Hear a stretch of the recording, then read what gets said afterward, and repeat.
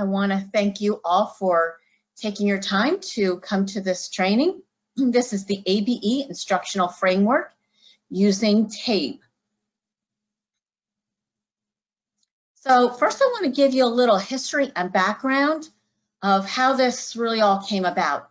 So in the early 1990s, programs had some accountability, but not as much as we have now.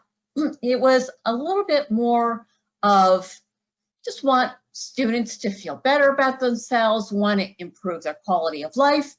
And that's great. And we hope that we certainly are still helping to improve their quality of life.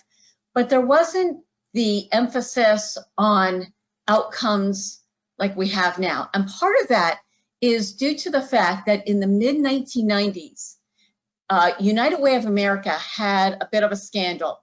So there were 3 of the top positions that were actually indicted and found guilty of defrauding the organization of $1.2 million.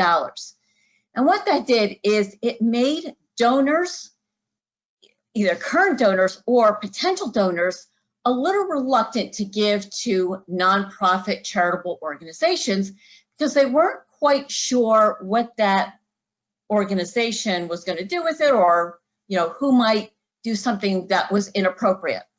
So due to that, in the late 1990s, we had a little bit more accountability. And that's because United Way recognized that they needed to do something different. So they did a complete overhaul on their grant application process. They moved to the Kellogg logic model, in which you need to show your inputs, your outputs, your outcomes, your milestones. It was very detailed, and you need to show exactly what you were going to do, how you were going to do it, and what your final outcome was going to be. So that helped give donors a little bit more security that that their money was being used wisely, because then programs could demonstrate the outcomes of that money spent. So here we are now. As of next week, July 1st, programs will be held to performance measurement outcomes.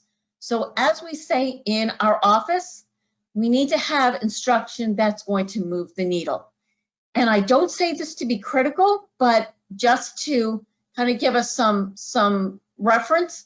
But Maryland, unfortunately, is not doing particularly well nationwide. So we want to do what we can to help you, help your students improve those outcomes so that we don't have to worry about future funding. So we're just going to give a little bit of an overview of this. So the College and Career Readiness Standards is considered the gold standard for guiding instruction.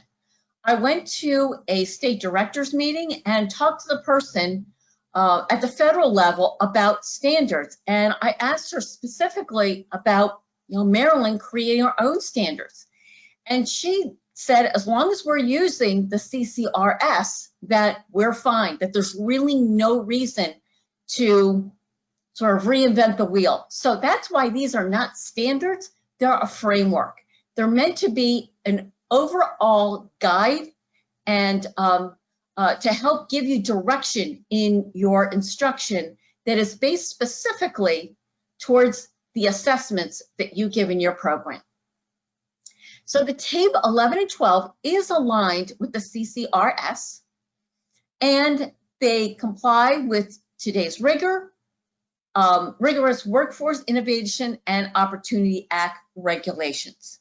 So there is a brochure link to a PDF that shows that connection if you should want to provide that for your instructors. So I'm going to actually at the end kind of walk you through the documents, but for right now, I'm just going to talk about them. So one of the things that we put in, and when I say we, I mean, I had a work group work on this, is we included checklists, and those checklists are for ABE levels 1 through 6. And so they are a compilation of skills found on the TABE and the CASAS, and quite frankly, some additional skills that we felt needed to be added. So you'll see a little bit later that it's divided up between reading, math, and functional and workplace skills. So again, it's just a way for instructors to sort of check off what skills they should be teaching for that level. The skills are appropriate for that NRS level. It provides the skills at the previous level. I should have changed this slide. I need to fix this. So on this checklist, it will show you the skills that are appropriate for the level that you're teaching, but it will also show you the skills at the previous level, at the foundational level, so that you know what skills your students should be already coming with, or the skills that hopefully they can quickly learn to get them up to speed. It will also give you the set of skills that students are working towards, so that you can see in what direction they're moving. So it also has some references to lesson plans, and we're going to talk about lesson plans a little bit more in depth a little bit later.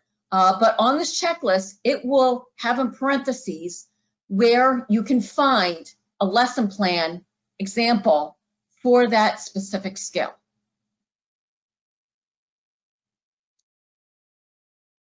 So it also includes the content standards and descriptors by NRS level. So it has the TABE reading, language, and math scale scores for each level, and that has the basic reading and writing and the numeracy skills.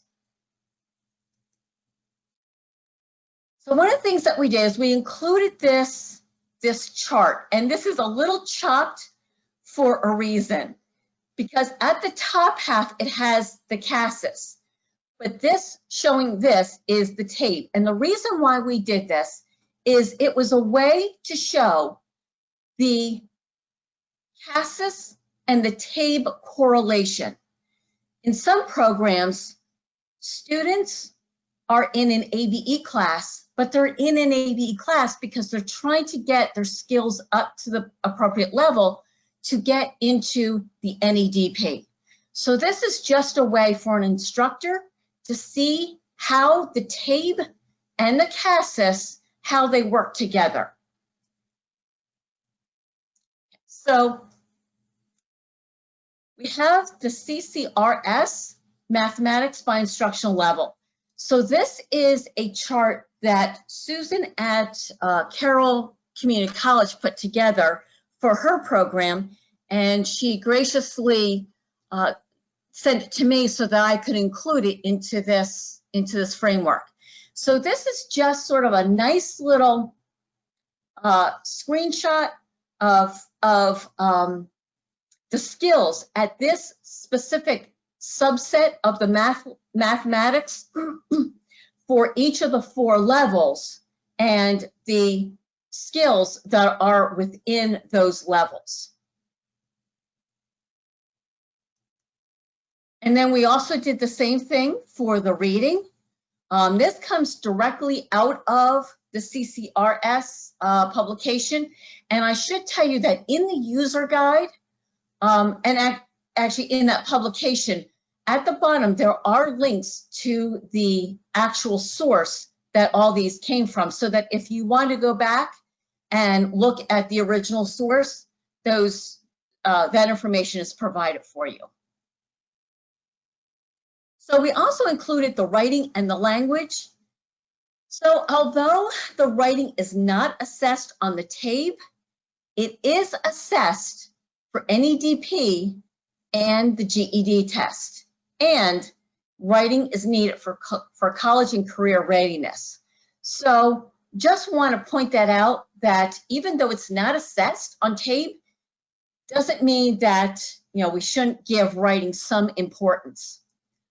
Language is also included here, but it is only used for correctional education, but we didn't want to leave that off because it is used by one of our programs. Okay, so now we're going to get into sort of like the nitty-gritty that is specific to TABE. So what we did is we took the blueprints and sort of reworked it a little bit to make it a little more user-friendly. So part of there's a couple purposes to this document. One is to try and bring together information from different sources into one document so that instructional specialists and instructors don't have to be going to a bunch of different websites or resources, that they can just have it all combined in one place. Another sort of driving force behind this was specifically multi-level classes. A lot of our programs have to run multi-level classes. If they didn't, they wouldn't be able to run any classes just because of the small number of students that they have at any one location. So what this is this is the TABE reading standards by test level. So here we have, I'm gonna guess one of the more basic levels, and this just shows you that, okay, phonemic awareness is 23% of that test level. Phonics and word recognition, 23%. And then underneath it, it gives you just really basic general descriptions of what is contained within that broader subcategory. Again, this is just to be an overview, a quick general snapshot of what is assessed at this test level.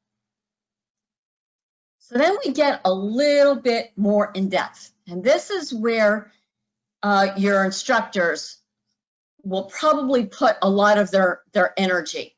So what this does is this breaks it down so that you can see specifically the individual skills and at what level they are taught. So for example, in this one, we see that phonological awareness is only assessed at the L level. Now that doesn't mean that they don't need to know it for the higher levels.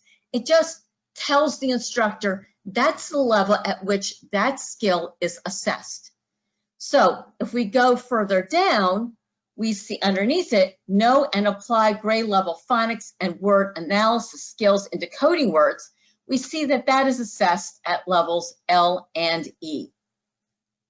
So again, this is just meant to give instructional specialists and instructors an idea to help them that if they're teaching a multi-level class, what is something that I can teach that will spread out through all my students? I know that when I taught multi-level classes, I would specifically try and target those skills that I could present to the entire class. Then I broke it down into smaller, more targeted instruction, but I could still present an overall skills lesson on that topic that would apply to everybody. And it's just kind of a nice way to bring the entire class together instead of always feeling like they're divided up into their own little groups or working individually.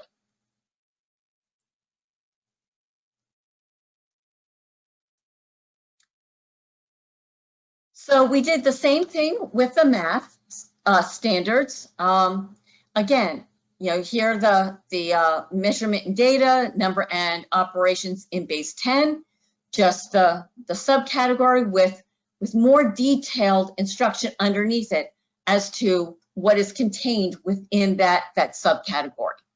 Again, just an overall general information so that the instructor can sort of see like a quick snapshot of what is assessed at that test level. And again, same thing applies here. did the same thing. So I just did a screenshot of, some of these. And with the math, it's really interesting. It kind of seems like it's more that each one of these definitions or descriptions really kind of almost apply to one level, but they're there anyway so that you can see how they all fit together. So we also included the GED test competencies. We only included level 2 because that is the level at which students need to pass with a 145 to 164. That's not to say that instructors can't ramp it up to level 3, but honestly, GED instructors have enough to do that we just want to sort of keep it at level 2, but there's the link so that instructors can easily go to the level 3 if they choose to teach skills that are more sophisticated.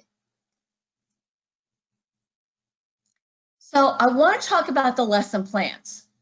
So one of the things that we did was that we included lesson plans. And we did that because we wanted instructors and instructional specialists to have an example of lesson plans for their program. So there are a variety of formats, but they are examples only. The state is not, I guess you could say, sanctioning or approving these lesson plans per se. We're not mandating, we're not requiring, but we are just providing some sample templates that instructors can use in their lesson plan design. So we're not saying that one format is better than another. We're just providing some examples. So what is also in the, in specifically the TABE is the areas of emphasis. So this is on the blueprints, but I found their layout to be a little cumbersome. So I reworked it so that, so specifically, this is TABE test level L for reading. So what this is this is showing you that what is in green, that has a high area of emphasis within the within that test level. So anything that's in green, that is going to be focused on more heavily than something that's in yellow, which has sort of like a medium level, and even more than what's going to be in red, which has a very low level of emphasis. Again, that doesn't mean that you can ignore it or that you shouldn't teach it. It's just another way to help instructors know where maybe they should put more of their efforts and their energy that to help them with instruction. So one of the things that we did was that we included some profiles. And I know that some programs use profiles pretty heavily and some don't use them hardly at all. I know when I taught, I relied heavily on my class profile to help me determine what skills the majority of my students needed to work on. So I would just encourage it, but that's a program decision. So here's a TABE profile for student A. And this shows you that this student under craft and structure had non-proficiency, but had partial proficiency for reading fundamental skills key ideas and details, and integration of knowledge and ideas, but demonstrated proficiency in none of the areas. So this would tell you, where at least you might want to start. So this is, again, student A. So this is reading level E. So this breaks it down just a little bit more. And I really like this because it really helps you target what that student needs to work on. So for the reading foundational skills, they showed partial proficiency, but it's going to tell you where they demonstrated skills. It's also going to tell you their areas for next focus. So sometimes it's just as helpful to know what they can already demonstrate as it is to know what skills they need to work on. So sometimes you can use those demonstrated skills as a foundation because that's something that they're not going to struggle with, and incorporate it with an area that they need to work on so that they're not trying to do almost too much at one time. And you also have something that they already are proficient at, so they have sort of a foundation, basic level of proficiency already there. Okay, so this is for student B, and you can use these or not use these, and I'll show you in a minute how this is going to come into play. So here's student B. Again, we have their reading and their math scores. Again, not showing proficiency in any particular area, but they are showing some non-proficiency in key ideas and details and integration of knowledge and ideas. So here is, again, the same student, reading level M with details. Here's their non-proficiency for this student, and it shows you what they need to work on and what they've already demonstrated. Also, student B, this time with math. Here's another TABE profile. Here's student C with a reading level D. I'm just going to go through these kind of quick. It's really just to give you something to work with, and I'll show you how you can work with this in just a minute. So one of the things that the work group came up with was some ways to possibly roll this out to your instructors. So one way of doing this is to create classroom appropriate student profiles. And you can do this whatever makes sense for your program. You might want to do it so that you have profiles for leveled instruction, or you might want to do it specifically for multi-level instruction. Again, I know there are some programs that only do multi-level instruction. So you can then divide your instructors into groups. Again, it's up to you how you want to do that. You might divide them by, okay, I want to have all my multi-level instructors over here working together. I want to have my ABE 1, 2, and 3 instructors here. Whatever makes sense for your program.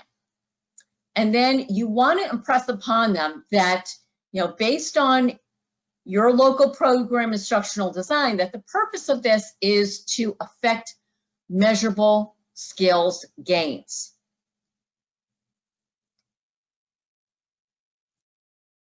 So what you can, what you can do with this is have your groups create a reading lesson plan and a math lesson plan based on the student profiles that you have put together. You can have them share the plans with the entire group just so that they can get a sense of the thought process that went into the design of the lesson plans. Why did they choose that topic? What extended activities could be included? And what could the next lesson be to tie to that lesson? Thinking ahead, thinking what could be my follow-up? What could be my next my next step in this process. So I included some follow-up because I will admit that I, as an instructional specialist, may not have always been as diligent with follow-up activities as I could have been. So one of the things that I would highly encourage is to make sure that when you roll this out, and this is going to be part of your professional development, that you make sure that what you are giving them and what you are rolling out to them is being followed through. So you can do that with classroom observations and reviewing their lesson plans. So you can ask yourself, is the instructor meeting the learner's needs? Look at the class profiles and look at their lesson plans. Are they matching up? Are the lessons at the appropriate level for the learners? Meaning that they shouldn't be too challenging, but at the same time, they should be challenging enough. You want to make sure that they're at the right level. And do the lessons include tasks and skills that are appropriate? So the tasks and skills that they should be learning in their class, the students should be learning in the classroom, should be matching what they are going to be assessed. Doesn't mean it has to be always perfect. It has to be, one-to-one ratio, but you want to see some evidence that instructors are including tasks and skills that are appropriate for the assessment that they're going to have to take.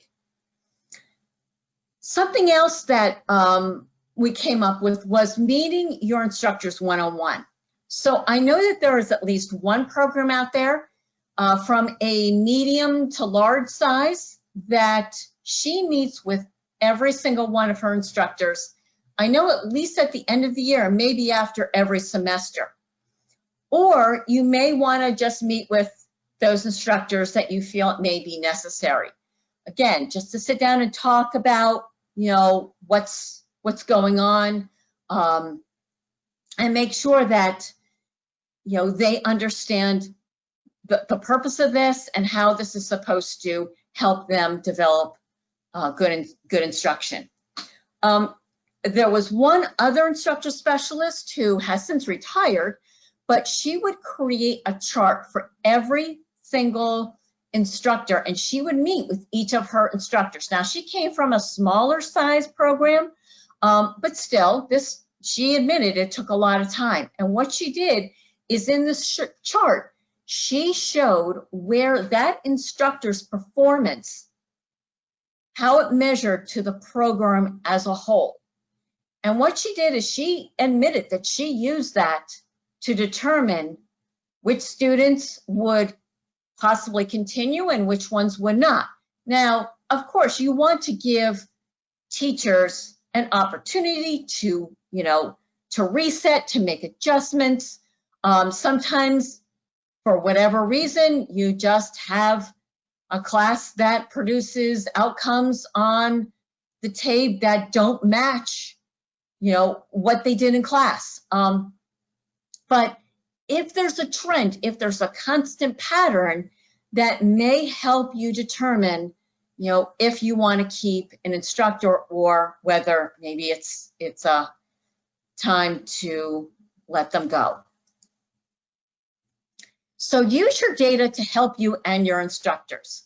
So are the performance measures for your program and individuals and instructors meeting the state performance outcomes? And those performance outcomes are in the application in the overview section, so you can see what the state is held accountable to. Use your data to make adjustments. So you might want to, have your MIS help you out with this and look at, are there challenges with specific instructors, or is it just at specific EFL levels? Or is it only in ABE or only in ESL? Is it just specific sites? Or is it the delivery of instruction? Are you just struggling with, online, but face-to-face is doing well, or the other way around? Again, just to help you out with figuring out what instructions you might want to make in your program. So use classroom observations, lesson plans, and data. They can all help you identify possible professional development needs. So before I go to questions, I want to quickly just look at the, this is what it's going to look like on the Google Drive. So the bottom row here has the CASAS, then the TABE. So the second document on the bottom row is the entire TABE document with all the information. The last one is only just the main section. So what we did is we broke this up into 4 appendices just to help break it up so that it's not so big. And in some cases, programs or instructors may want to print out just certain sections. Maybe they want to actually have those documents to write on and to take with them to their classroom or wherever they're going. So we tried to make this, as user-friendly as we could and not so cumbersome and overwhelming. So on the top row, we have the full lesson plans. So that's all the lesson plans that we gathered and put together in this document. And I'm going to show you those in just a second. We have the CCRS. We have the NRS tables, which you're probably familiar with. And then last we have, and this is specific to TABE, we have the areas of emphasis. So I want to just real quickly look at the TABE document, and there are just some things that I want to point out to you for just a moment.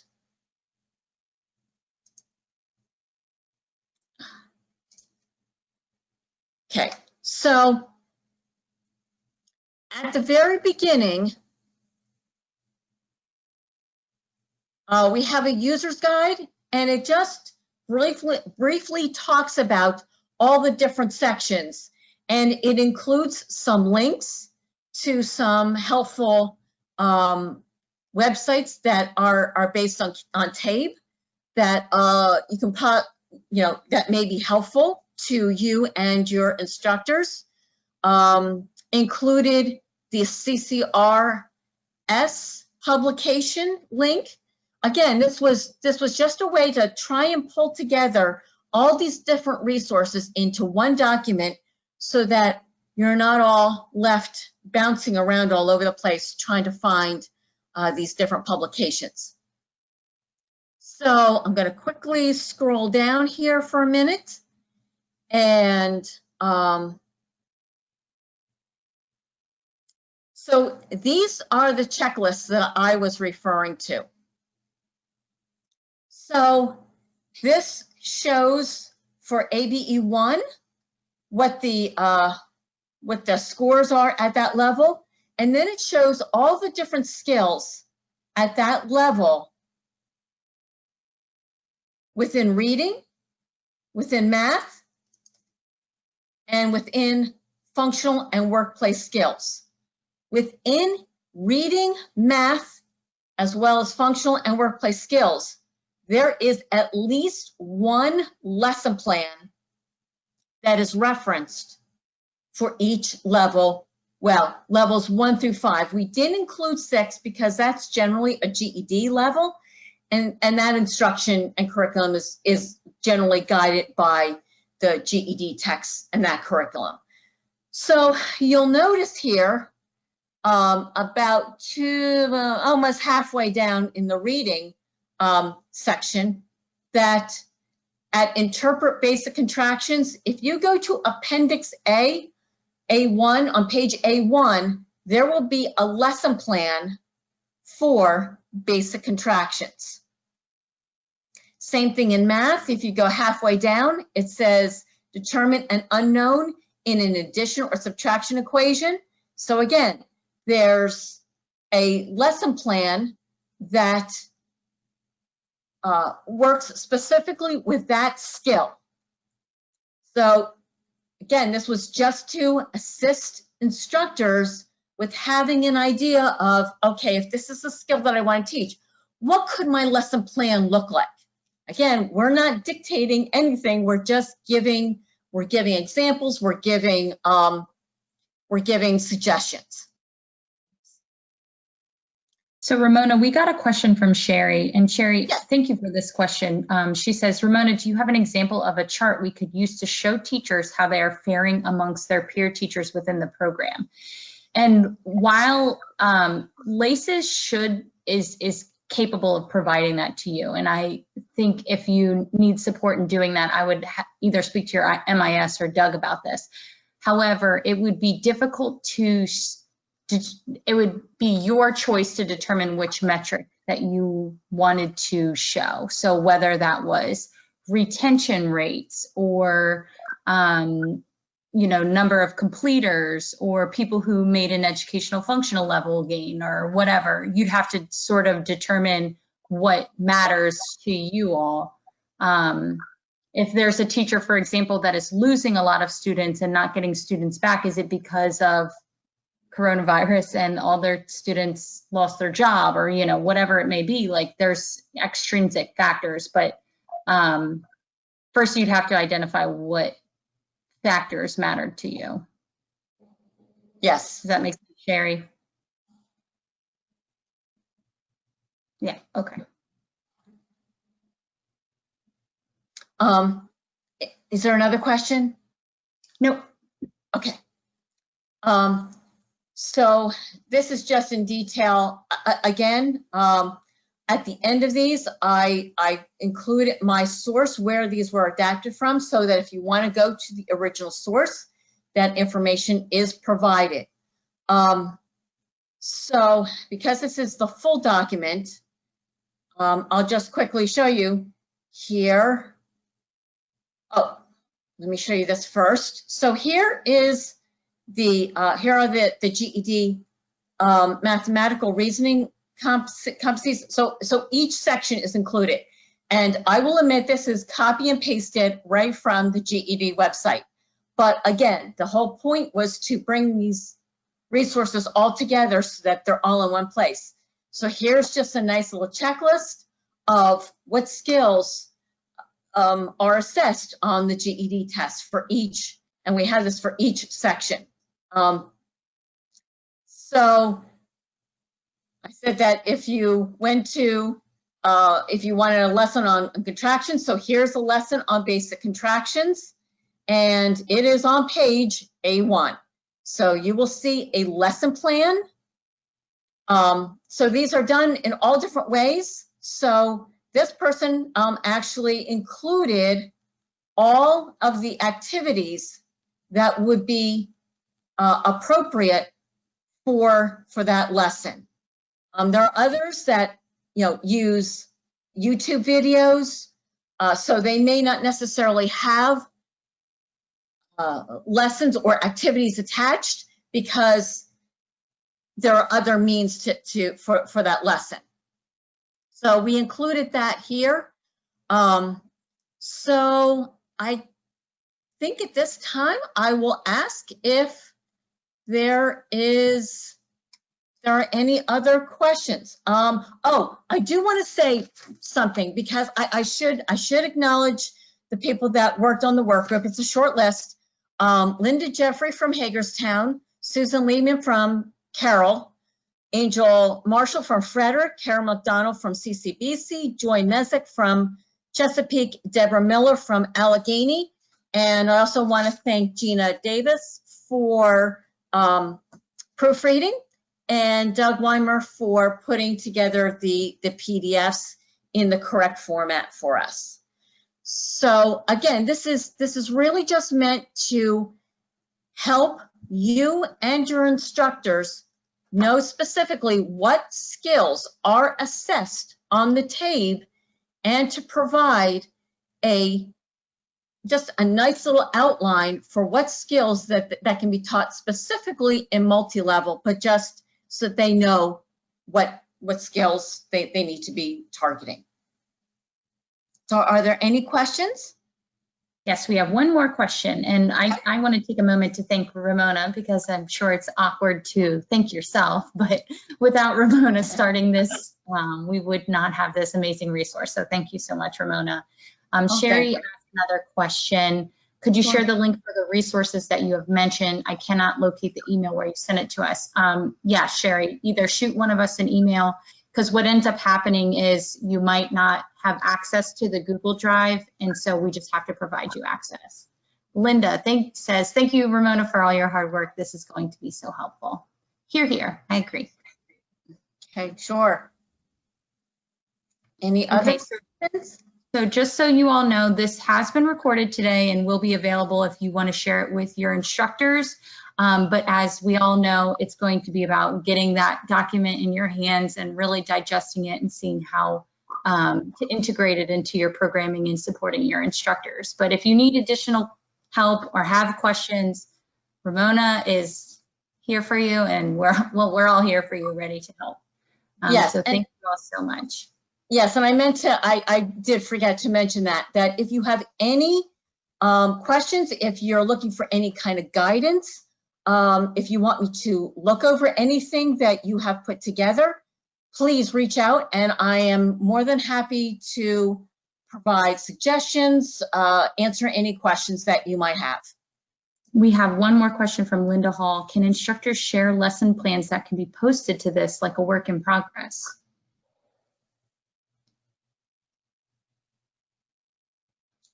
I'm sorry, say that again. So I think she's asking, like, if an instructor has a viable lesson for one of your specific things, do you want to add it to the framework, or is there a way that this can be, like, I don't know, a working document to share more lesson planning? That's the direction in which we're going to be moving. We haven't quite gotten that yet, because we just really want to get this out. I had a very ambitious work group, and in fact, some of them suggested doing lessons for every single skill, and I said, I think we need to just, start a little bit smaller and, work our way up to that. But yes, that's where we're going to go with it. So I appreciate that suggestion. That's a great suggestion, and we will keep that in mind, because I like that.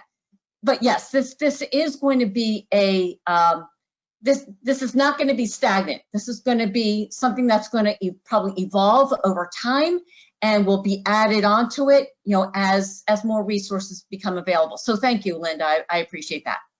She said, additionally, maybe we could task instructors and programs to create specific lesson plans to go with certain topics. Hey, Linda, I'm here for this suggestion. I think it's great. Practical usage is so helpful.